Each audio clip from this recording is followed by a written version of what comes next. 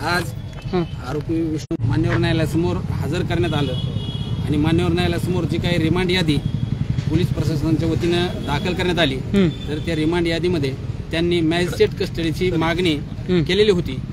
त्यांनी केलेली मागणी मान्यवर न्यायालयासमोर आलेले कागदपत्र हे सर्व पाहून मान्यवर न्यायालयाने आज आरोपी विष्णू महादेव साठे यांना मॅजिस्ट्रेट कस्टडीमध्ये पाठवण्याचा आदेश केला आहे। किती दिवसाची ही मॅजिस्ट्रेट कस्टडी? जी मॅजिस्ट्रेट कस्टडी आहे ही 14 दिवसाची असते। या 14 दिवसानंतर पुन्हा ती 14 दिवस वाढली जाते।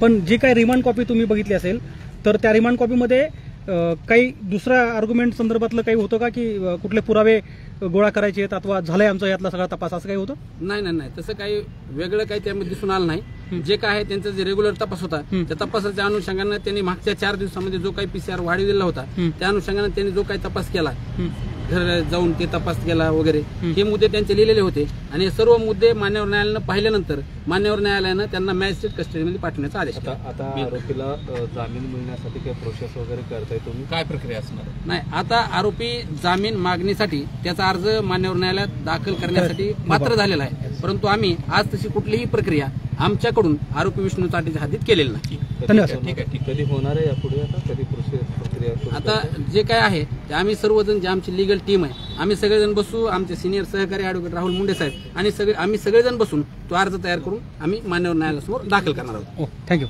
ठीक आहे।